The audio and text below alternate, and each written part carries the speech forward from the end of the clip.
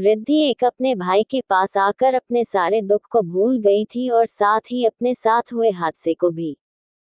रिद्धि और रोनी काफी देर तक बात करते रहे, तब तक काफी टीम हो गया था।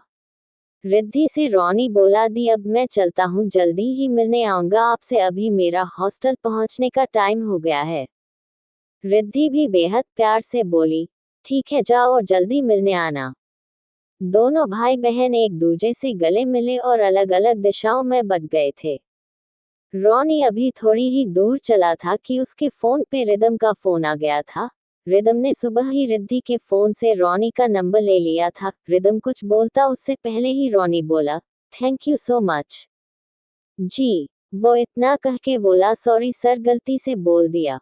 पर थैंक यू सर मेरी दी के लिए, इतना सोचने के लिए, मेरी दी की खुशी की खातिर मुझे बुलाने के लिए। फोल्डेड हैंड्स रोनी बोला तो रिदम बहुत आराम से बोला, पहली बात रोनी तुम मुझे सर नहीं जीजाजी बोल सकते हो, और दूसरी अभी अपनी दी के टच में रहना, वो हम सबसे ज्यादा तुम्हारे साथ खुश रहती है, तो उसका ध्यान रखना और जल्दी मिलना। रोनी रिदम की बात से बहुत खूब हुआ, वो खुशी से बोला, जी जीजू मैं जल्दी ही आऊंगा दी से मिलने, और थैंक जीजू मुझे दी के पास बुलाने के लिए। रिदम गंभीरता से बोला, याद है न अपनी दी को कुछ नहीं बताना है। तो रोनी बोला, यस जीजू सब याद है। रिदम ने थोड़ी देर और बात की रोनी से, फिर फोन काट दिया। रिद्धि भी वापस आकर अपने काम को करने लग गई थी। अब वो पूरी तरह कल रात वाली घटना से मुक्त हो गई थी। शाम के टाइम रिदम रिद्धि दोनों ही साथ में ही घर आए थे। आज इतने टाइम बाद पहली बार दोनों ऑफिस से घर आए थे। आज रिदम ने ऑफिस में काम कम किया था, इसलिए वो कुछ फाइल घर ही लेकर आ गया था। रात को जल्दी डिनर करके वो अपने रूम में आ गया था। रिद्धि थोड़ी देर दादी के पास बैठी रह गई थी, इसलिए वो थोड़ा लेट रूम में गई थी। रिद्धि कमरे में गई तो रिदम अपने काम में लगा हुआ था। रिद्धि ने चुपचाप अपने कपड़े निकाले और चेंज करने चली गई। रिद्धि ने आज सिंपल सी स्काई ब्लू साड़ी पहन ली थी और बैग के किनारे लेट गई थी।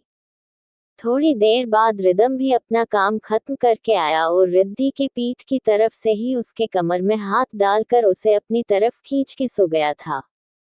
रिद्धि अभी जग ही रही थी। वो रिदम के इस तरह अचानक से बदले बिहेव से थोड़ा चिंतित भी थी, तो अंदर से खुश भी थी कि अब रिदम उसके प्रति अपना बिहेव बदल रहा है। वो रिदम की मजबूत बाहों में आकर एक सुकून की सांस ले रही थी। तभी अचानक से उसे वो सब याद आया जिसकी वजह से रिदम उससे नफरत करता था। रिद्धि को याद आया, रिदम ने उसे बस 6 महीने के लिए अपने घर में रहने की परमिशन दी थी और 6 महीने बाद उसका रिदम से तलाक हो जाएगा और फिर रिदम और वो हमेशा के लिए अलग हो जाएंगे। ये याद करते ही रिद्धि को याद आया कि रिदम के साथ रहते रहते उसे 5 महीने बीत चुके हैं और 6 मंथ चल रहा है। ये याद आते ही रिद्धि को बेचैनी होने लगी थी, उसकी सांसें उखड़ने लगी थी और दुख और दर्द से उसकी आंखों की कोरों से आंसू की धारा बह निकली। अब उसके लिए रिदम के बगल में सोना भारी हो रहा था, इसलिए वो एक झटके में उठकर बेड से उतरकर बालकनी की तरफ चली गई और अपने बहते आंसुओं को पोंछने लगी। रिद्धि के अचानक उठने से रिदम, जो अभी सोया भी नहीं था, वो भी उठ गया था। वो आश्चर्य से अपनी भौहों को सिकोड़कर रिद्धि के पीछे आया। उसने देखा रिद्धि बालकनी में खड़ी खड़ी रो रही है। रिदम रिद्धि के पास आया और बहुत प्यार से उसके आंसू पोंछकर उसके सिर पे हाथ फेरने लगा। रिदम के प्यार भरे स्पर्श से रिद्धि खुद को संभाल नहीं पाए और वो रिदम के सीने से लगकर रोने लगी। रिदम उसके रोने का रीजन समीर समझ रहा था। रिदम को लग रहा था कि रिद्धि अभी भी समीर द्वारा की गई हरकत से परेशान होकर रो रही है। रिदम ने बहुत ही आत्मीयता और अपनेपन से रिद्धि को अपने सीने से चिपका लिया और उसके सिर पे बहुत प्यार से किश करने लगा।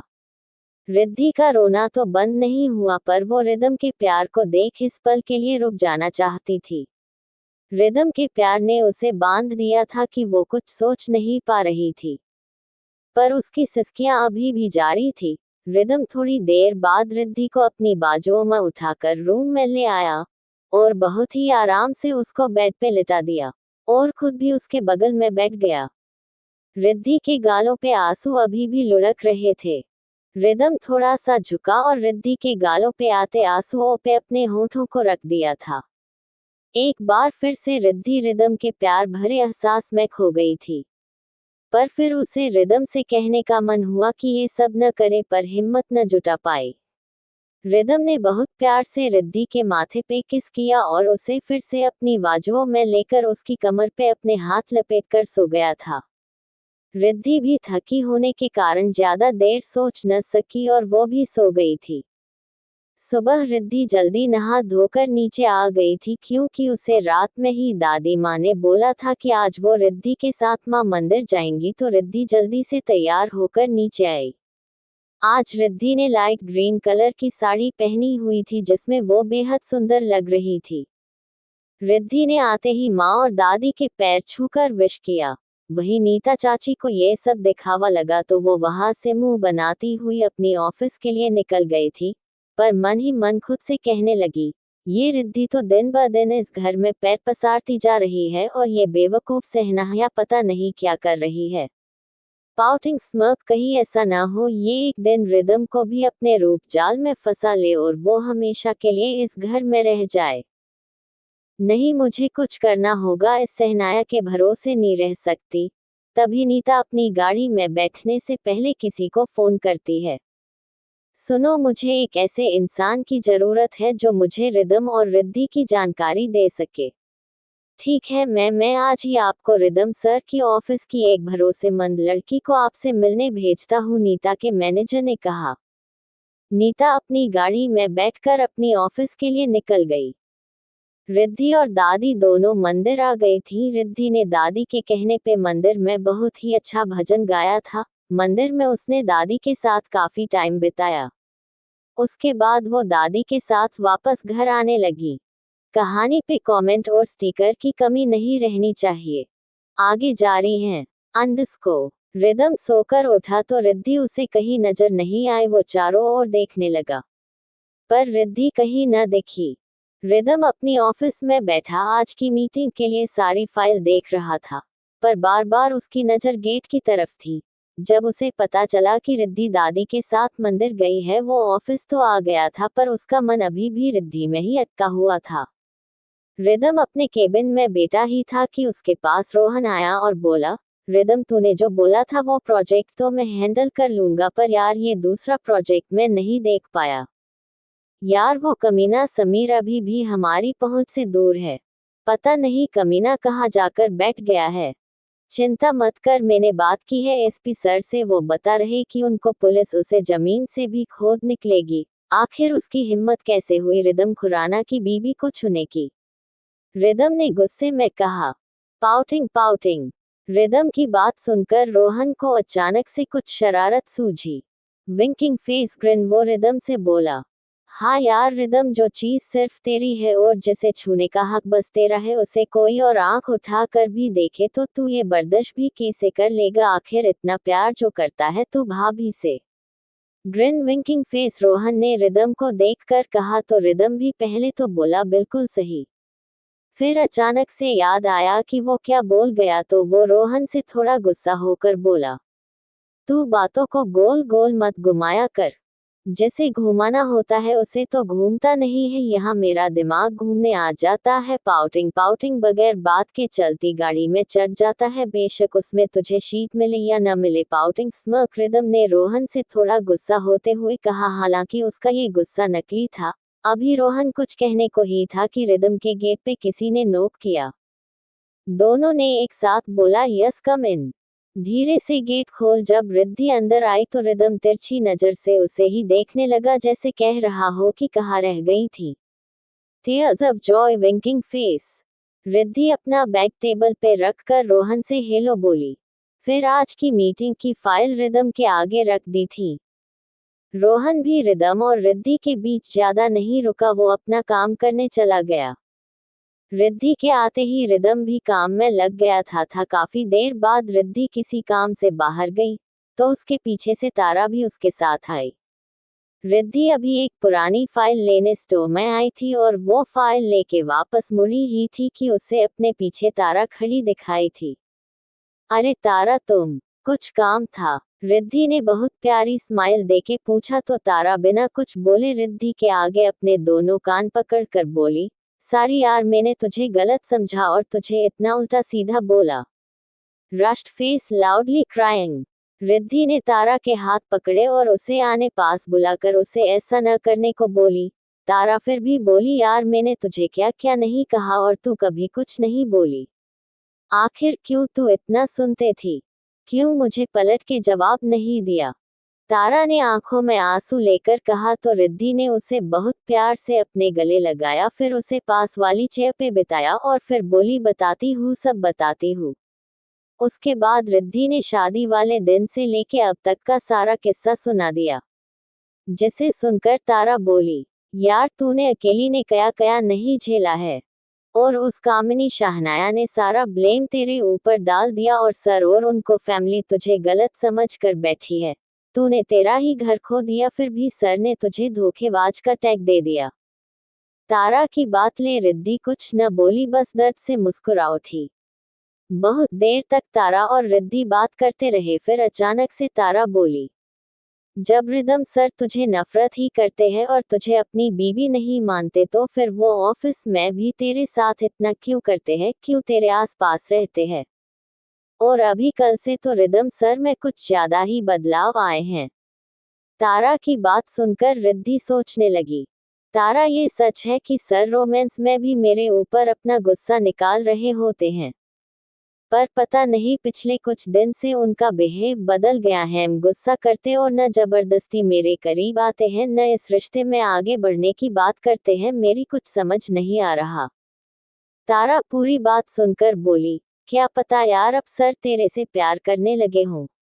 क्या पता अब सर तेरे साथ अपनी शादी निभाना चाहते हो। रिद्धि तारा की बात पे सोचने लगी। रिद्धि सोचने लगी कि आखिर क्या सच है क्या नहीं। एक तरफ रिदम सर प्यार और बीवी दोनों ही चीज से मना करते हैं। वो बीवी मुझे मानते नहीं है तो फिर आजकल मेरे इतने करीब क्यों आ रहे हैं, क्यों मेरी इतनी चिंता कर रहे हैं, यहाँ तक कि वो मेरे साथ अब रुडली बिहेव भी नहीं करते। क्या ये सब समीर के द्वारा की गई हरकत की वजह से हो रहा है या फिर कुछ और? रिद्धि की चुपचाप सोचने लगी। रिद्धि को सोचते देख तारा बोली, क्या हुआ, अब क्या सोच रही है? जो भी हो रहा है सब अच्छा ही हो रहा है। क्या पता सर को तुझसे प्यार हो गया हो पर अभी अपने मुंह से बोल न पा रहे हो। जो भी हो रिद्धि, अब तू भी सब भूल कर आगे बढ़ और मेरे हिसाब से तू अब सर के साथ थोड़ा इस रिश्ते में और आगे बढ़ और सर के साथ टाइम स्पेंड कर, थोड़ा उनको और समझ और खुद को समझने का मौका दे। तारा की बात सुनकर रिद्धि हल्के से मुस्कुराए और बोली, तारा अब तक भी रिदम सर ही कर रहे थे जो कर रहे थे वो, और आगे भी वो जो करेंगे ठीक ही करेंगे। तारा रिद्धि थोड़ी देर और बात करती रही, फिर तारा उठकर अपने काम करने चली गई और रिद्धि भी वापस से रिदम के केबिन में आ गई थी। वो रिदम के आने वाले टाइम की मीटिंग्स और आने वाले प्रोजेक्ट फाइल देखने लगी। रिदम अपनी मीटिंग में था और रिद्धि अपने काम में लगी थी। दोनों ही अपना अपना काम कर रहे थे। काम करते करते कब शाम हो गई पता न चला। शाम के टाइम रिदम रिद्धि दोनों एक साथ घर के लिए निकले थे। रिदम और रिद्धि एक साथ घर में घुसे थे, ये देख हाल में बैठी दादी मंद मंद मुस्कुराने लगी। चलो अच्छा है, अब रिदम अपनी बीवी को समझने लगा है, हमारे लिए इससे अच्छा और क्या होगा। दादी अपनी सोच में घूम थी और रिदम और रिद्धि दोनों अपने रूम में आकर चेंज करके खाना खाने नीचे आ गए थे। आज सभी लोग एक साथ बैठकर खाना खा रहे थे। खाने के टाइम पे कोई कुछ बोला नहीं, पर नीता चाची और कियारा दोनों ही रिद्धि को देख मन ही मन बहुत गुस्सा हो रही थी। खैर इन दोनों के अलावा पूरा घर बहुत खुश था कि रिदम अब रिद्धि को समझ रहा है। रिदम के इस बदले चेहरे से सभी लोग खुश थे। सबको एक उम्मीद से बंध गई कि अब रिदम रिद्धि को अपनी बीवी मान ही लेगा, एक न एक दिन वो सब ठीक कर लेगा। सब लोग खाना खाकर अपने अपने रूम में आ चुके थे। रिदम अभी बालकनी में आकर रोहन से फोन पे बात कर रहा था। रिद्धि दिन भर की थकी हुई थी, उसको नींद आ रही थी, पर वो रिदम का वेट कर रही थी। रिदम थोड़ी देर बाद आया तो देखा रूम की लाइट बंद थी। रिदम ने धीरे से आवाज दी, रिद्धि। रिद्धि ने पहली ही आवाज पे सुन लिया था, क्योंकि आज रिदम ने पहली बार रिद्धि को उसके नाम से पुकारा था, वो भी अपने पति होने के हक से। रिद्धि तो इसी चीज से बहुत खुश हो गई थी। वो कुछ सोचकर चुप रह गई। रिदम को लगा कि रिद्धि सो गई है, इसलिए बोली नहीं है। रिदम ने अपने फोन एक तरफ बेड के बगल वाली टेबल पे रखा और अपनी तरफ की जगह पे आकर बेड पे लेट गया। रिदम ने बेड पे आकर पीछे से ही रिद्धि को उसकी कमर से पकड़कर अपनी ओर खींच लिया। बार रिद्धि की पीठ रिदम के पेट को छू रही थी। रिदम ने पीछे से ही रिद्धि को अपनी बाहों में भर लिया था। रिद्धि रिदम के प्यार भरे एहसास से शर्मा गई थी। उसने सुकून से अपनी आंखें बंद कर ली थीं। रिदम भी चुपचाप सो गया था। धीरे धीरे समय बीत रहा था। अब रिदम और रिद्धि दोनों एक दूसरे से थोड़ा नॉर्मल तरीके से भी बातें करने लगे थे। घर में भी सभी लोग बहुत खुश थे कि रिदम रिद्धि को अब अपनी बीवी मानने लगा है। दादी तो रिदम और रिद्धि को देखकर मन ही मन खुश होती थी। एक दिन रिदम रिद्धि ऑफिस जा रहे थे, वही दादी और माँ दोनों बैठी थी। दोनों रिदम में आए परिवर्तन को देखकर बहुत खुश थी। रिदम और बाकी सभी लोगों के घर से चले जाने के बाद दादी माँ से बोली, कविता, अब लगता है वो टाइम आ गया है जब हमें शर्मा जी से मिल लेना चाहिए। रिद्धि के मामा को फोन करो और मिलने की जगह भी बता देना। कविता जी बोली, हाँ माँ जी, आप सही कह रही हैं, हम लोग रिद्धि के मामा से मिल ही लेते हैं, आखिर वो बेचारे भी तो कितने समय से वेट कर रहे हैं। फिर कविता जी ने फोन निकलकर रिद्धि के मामा को फोन लगाया और बोली, शर्मा जी, अब लगता है वो समय आ गया जिसका हम सबको वेट था। मैं और माँ दोनों आपने मिलने आ रहे हैं। शहर से बाहर की तरफ जो मंदिर है वही मिलते हैं, वहाँ ज्यादा भीड़ भी नहीं होगी और कोई हमको पहचानता भी नहीं होगा। से रिद्धि के मामा बोले, ठीक है, आप लोग आइए, मैं मिलता हूँ आपको वही। इतना कह के कविता जी ने फोन काट दिया।